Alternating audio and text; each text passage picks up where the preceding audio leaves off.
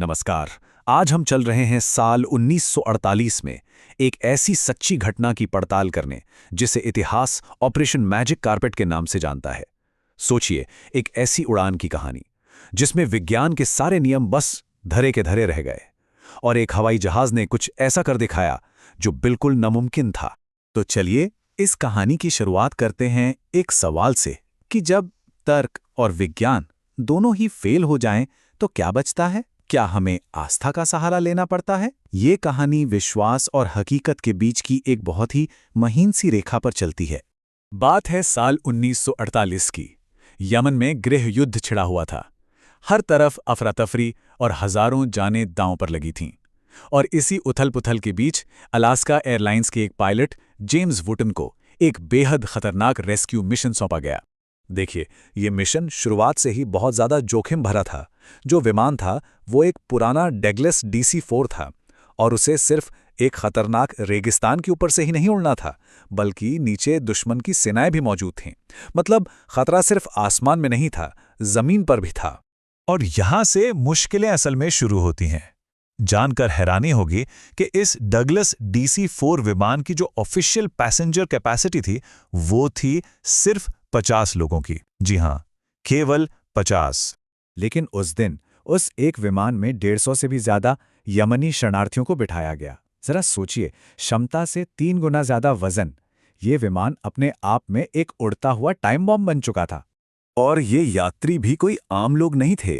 इनमें से ज्यादातर लोगों ने अपनी पूरी जिंदगी में कभी मॉडर्न टेक्नोलॉजी देखी नहीं थी। उनके लिए तो ये लोहे का पक्षी किसी चमत्कार से कम नहीं था और उनका पूरा भरोसा सिर्फ और सिर्फ अपनी आस्था पर था। और जैसे ही विमान ने उड़ान भरी, वो डर सच होने लगा जिसका अंदेशा हर किसी को था। रेगिस्तान के ठीक ऊपर हजारों फीट की ऊंचाई पर विमान ने जवाब देना शुरू कर दिया। और फिर एक एक करके मानो सारी मुसीबतें एक साथ ही टूट पड़ीं। फ्यूल तो पहले से ही कम था, प्लेन पूरी तरह ओवरलोडेड, और फिर अचानक 2 इंजन बंद पड़ गए।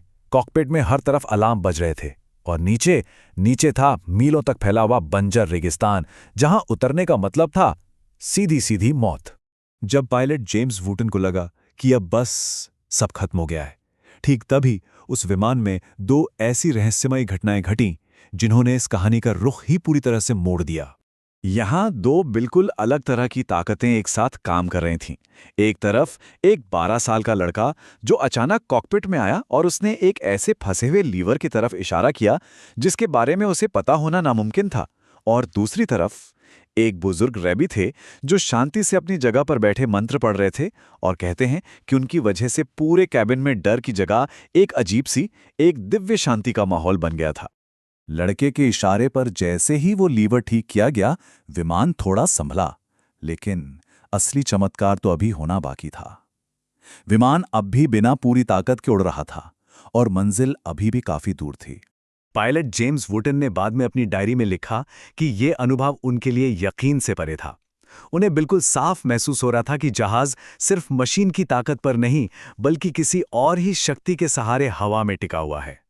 ये एक ऐसी लैंडिंग थी जिसे कोई भी पायलट अपनी जिंदगी में कभी नहीं भूल सकता। लेकिन कहानी का सबसे हैरान करने वाला हिस्सा तो तब सामने आया जब प्लेन ने तेल अवीव में लैंड किया और मैकेनिक्स ने उसे चेक करना शुरू किया। उनके तो होश ही उड़ गए।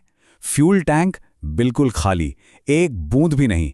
इंजन के पार्ट्स पिघल चुके थे। टेक्निकल एनालिसिस ने तो साफ साफ बता दिया कि इस जहाज को अपनी मंजिल से 200 मील पहले ही आसमान से नीचे गिर जाना चाहिए था। ये घटना आज भी एविएशन के इतिहास की सबसे बड़ी पहेलियों में से एक गिनी जाती है। विज्ञान के पास इसका कोई जवाब नहीं है। ये एक ऐसा रहस्य है जो हमें सोचने पर मजबूर करता है कि क्या हमारी समझ से परे भी कुछ है। जब उस बुजुर्ग रब्बी से इस अविश्वसनीय यात्रा के बारे में पूछा गया तो उन्होंने मुस्कुराते हुए बस एक लाइन कही, हमें उड़ना नहीं था, हमें पहुंचाया जाना था।